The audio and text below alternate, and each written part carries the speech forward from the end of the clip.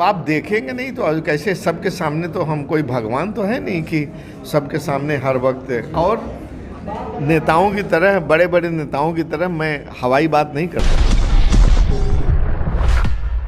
मेरे साथ मौजूद हैं जो 2019 के लोकसभा चुनाव में, जो कि बीजेपी की इतनी बड़ी लहर के बावजूद बीएसपी की जिसमें 10 सीटें आई थी, जबकि समाजवादी केवल 5 सांसद ही निकले थे। उसमें से जौनपुर सदर लोकसभा सीट पर श्याम सिंह यादव विजय हुए थे। तो श्याम सिंह यादव जी, सबसे पहला सवाल ये कि इतनी बड़ी लहर के बावजूद आपने जीत दर्ज की, केपी सिंह को जो कि यहाँ के सांसद थे उनको आपने हराया, तो इतना बड़ा जन समर्थन कैसे प्राप्त किया आपने?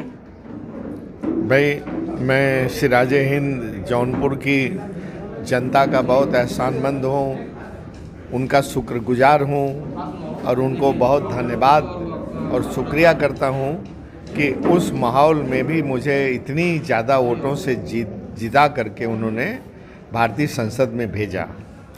और मैं उस समय देखता था कि लोगों का जन सैलाब मेरे लिए, उनकी मोहब्बत उमड़ी, उनके दिलों में जगह उमड़ी हुई और मुझे इतनी ज़्यादा तादाद में उन्होंने मुहर लगा करके, वोट दे करके मुझे संसद में भेजा।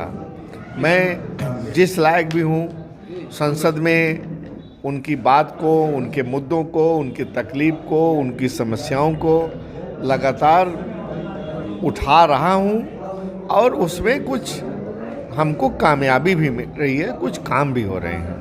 विपक्ष की तरफ से एक आरोप लगाया जा रहा है कि श्याम सिंह यादव जी चुनाव जीतने के बाद जन जन से संपर्क करने नहीं आए, उनका पता नहीं चला वो कहाँ है, ऐसा विपक्ष आरोप लगा रहा है, आपके विरोधी।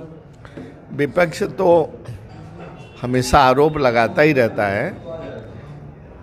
विपक्ष को मैं कहता हूँ कि जितने दिन संसद चलती है, और आपको भी कहता हूँ, आप पढ़े लिखे हैं, चैनल के हैं, जितने दिन संसद चलती है, जितने दिन कमेटी की मीटिंग्स कहीं होती है, उसके अलावा मैं बाकी समय जौनपुर में ही रहता हूँ। अगर आप देखना चाहते हैं तो रोज़ फेसबुक पर देखिए।